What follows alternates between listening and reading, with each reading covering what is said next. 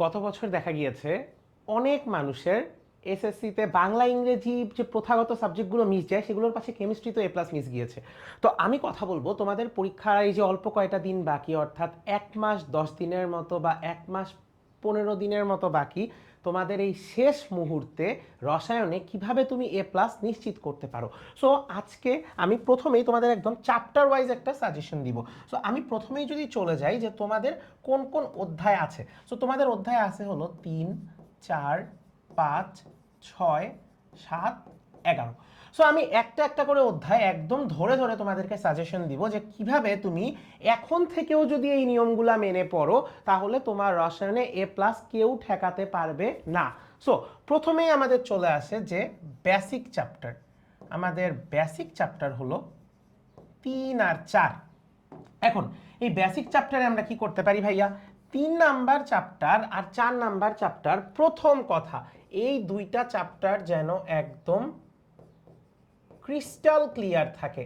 Because এগুলা যদি তোমার ক্লিয়ার থাকে তাহলে কিন্তু তোমার বাকি চ্যাপ্টারগুলো পড়তে কোনো সমস্যা হবে না। ঠিক আছে? আচ্ছা, তাহলে চ্যাপ্টার 3-এর মধ্যে আমি যদি তোমাদেরকে বলি, জাস্ট তোমরা ইলেকট্রন বিন্যাস এইটা একটু ভালো করে মনে রাখবা।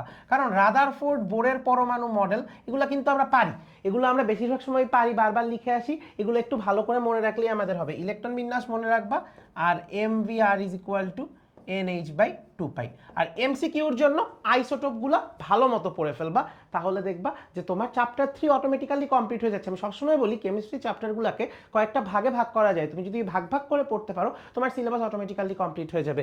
এরপর যদি আমি 4 নাম্বার চ্যাপ্টারে চলে আসি, 4 নাম্বার চ্যাপ্টারে তোমাদের বেশ কিছু ইম্পর্টেন্ট জিনিস আছে, আমি পয়েন্টগুলো করে দিচ্ছি। এই পয়েন্টগুলো ধরে ধরে তুমি যদি শিখতে পারো তাহলে তোমার অটোমেটিক্যালি হয়ে যাবে। ঠিক আছে? পর্যায় আর গ্রুপ নির্ণয়, এরপর হলো তোমার পর্যায়বৃত্ত ধর্ম। পর্যায়বৃত্ত ধর্ম কোনগুলোকে আমরা বলি বলতো?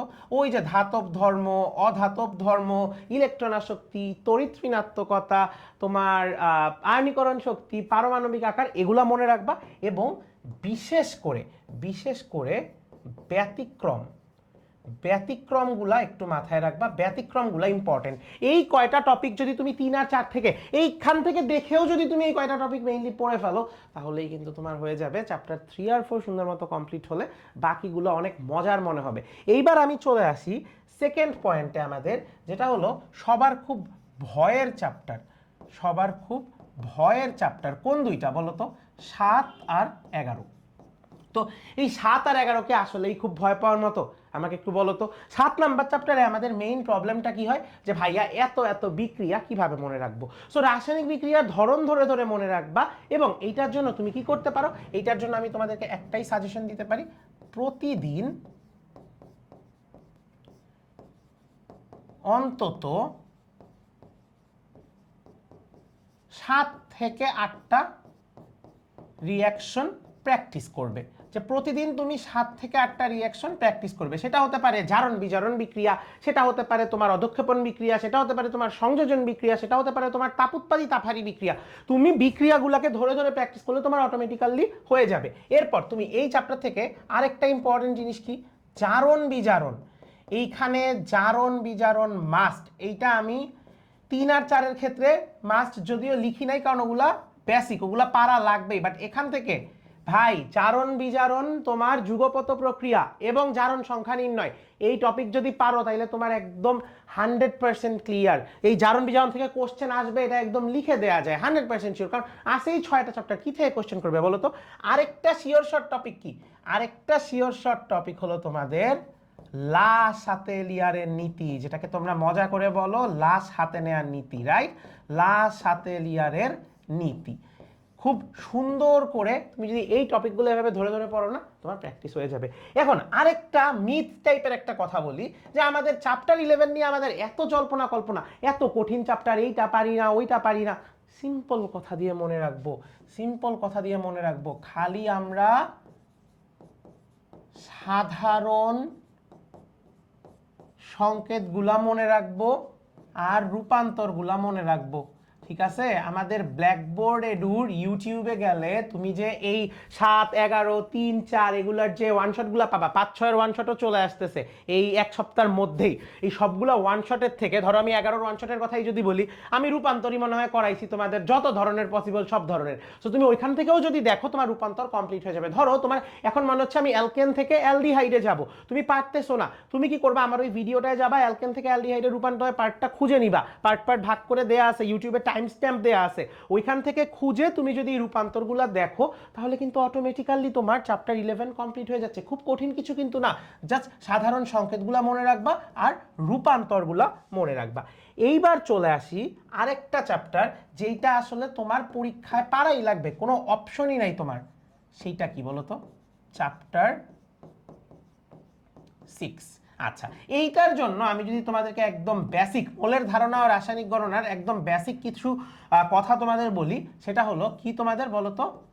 ম্যাথ পারা লাগবে তোমাদের, চ্যাপ্টার 6 এর ম্যাথ পারা লাগবেই লাগবে। যেমন একটা সিম্পল জিনিস তোমাকে বুঝাই, যে মোল সংখ্যা ইজ ইকুয়াল টু যত অণু আছে বাই অ্যাভোগাড্রো সংখ্যা, যতটুকু আছে বাই পারমাণবিক বা আণবিক ভর, আর যত আয়তন আছে সেটা যদি লিটারে থাকে সেটাকে 22.4 দিয়ে ভাগ করলেই সবগুলা যে মোল সংখ্যার সূত্র, এইটা যদি আমরা পারি তাইলেই কিন্তু এই চ্যাপ্টারের অর্ধেকের বেশি ম্যাথ আমরা সলভ করে ফেলতে পারতেছি।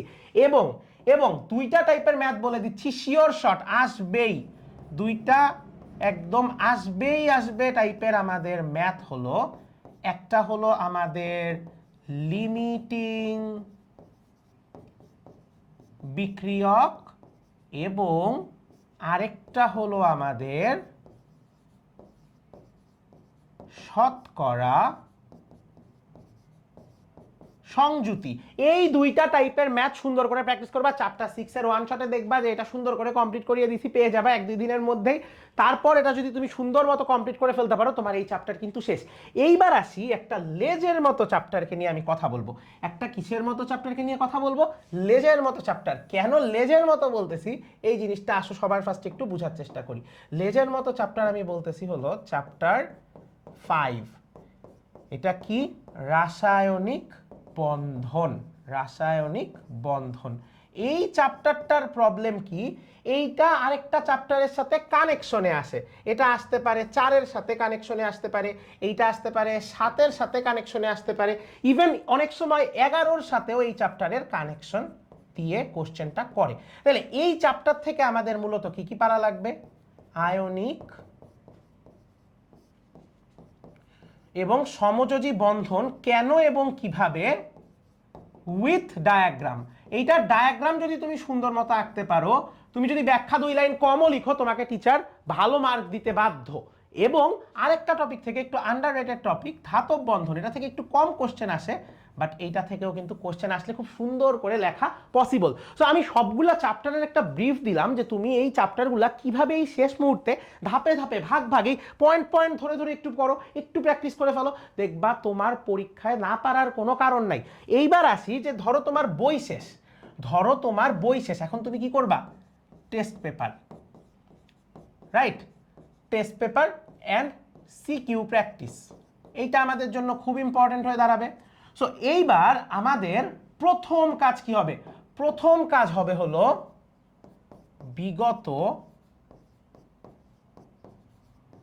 বিগত 5 বছরের সিকিউ প্লাস এমসিকিউ। এইটা সব চ্যাপ্টারের ক্ষেত্রে আগে এনশিওর করব।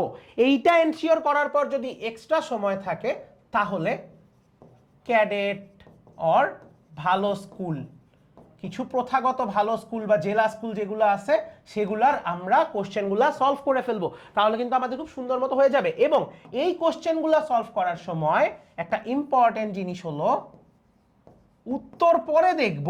উত্তর যদি আগে দেখে ফেলো তাইলে কিন্তু কোনো মানেই থাকলো না। উত্তর পরে দেখবা এবং উত্তর মিলাবা তোমার মিলতেছে কিনা। এবং আরো একটা ইম্পর্টেন্ট জিনিস তোমাদেরকে বলে দেই, সময় ধরে প্র্যাকটিস করবা।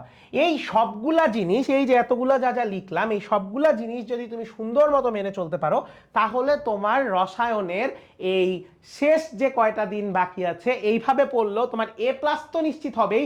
তোমার প্রিপারেশন যদি আগে মোটামুটি লেভেলের থাকে, তুমি এইভাবে পড়ে তুমি 90 বা 95+ ইনশাল্লাহ তুলতে পারবে। সো এই নিয়মগুলো মেনে চলো। পরীক্ষার খাতা রসায়নের কিভাবে সাজাবে এটাই তো এখন মাথায় আসতেছে প্রশ্ন, এটা নিয়ে পরে ভিডিও দিব। আগে একটু পড়াটা গুছাও, পড়াটা গুছায় সুন্দর মতো তোমার এ প্লাসটা নিশ্চিত করো, এরপর আমরা ওই সাজেশনে যাব। আশা করি তোমাদের এটা কাজে লেগেছে।